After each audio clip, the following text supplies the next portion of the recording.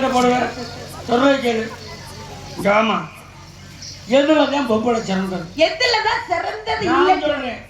அழகுல சிறந்தது ஆம்பளை. அழகுல சிறந்தது பொம்பளை பிள்ளை. யார் சொன்னா? ஒரு விஷயம் தெரியுமா? ஒரு பெண்ணுக்கு அழகு ஒரு ஊர்ல 50 100 150 ஆம்பளை இருந்தா கூட ஒரே ஒரு பொம்பளை பிள்ளை இருக்கு. அந்த வீட்டை சுத்தி அந்த காம்பவுண்ட சுத்தி அந்த வாழ்போ எல்லாத்தையும் சுத்தி சுத்தி எதுக்கு அலையிறிய? எதுக்கே அலையிறிய?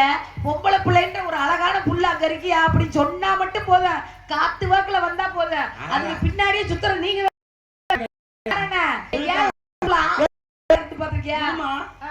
ஒரு பொண்ணுக்கு அழகுன்றதை எது வரைக்கும் முதல் சொல்லுவாப்பா?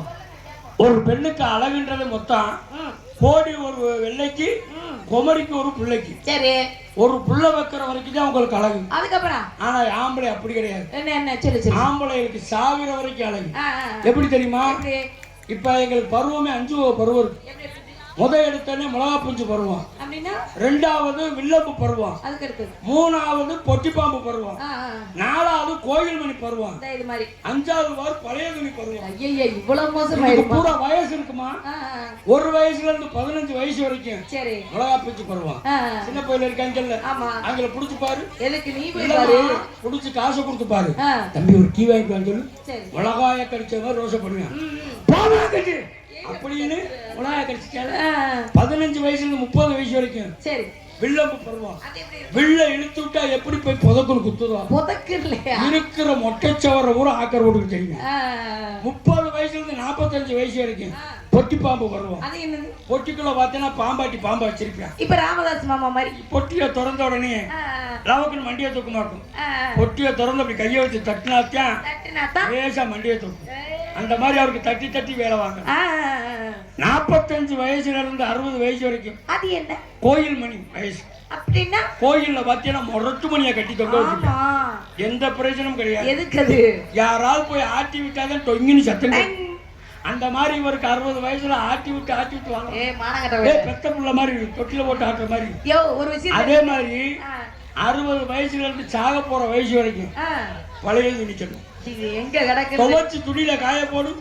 பெரிய புயலே அடிக்கட்டும். ஆனந்தகுமார் வருவா செவனேன்னு எனக்கு.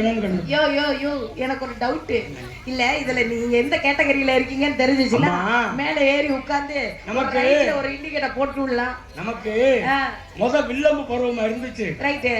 என்னைக்கு ஐவிஎஸ் ரோட்ல வண்டியில இருந்து பொத்துன விழுந்தனும் அன்னில இருந்து பழைய துணி பருவமாக இருக்கு. என்ன நீங்க அப்ப லாஸ்ட் கேட்டகரியில நிக்கிறீங்க.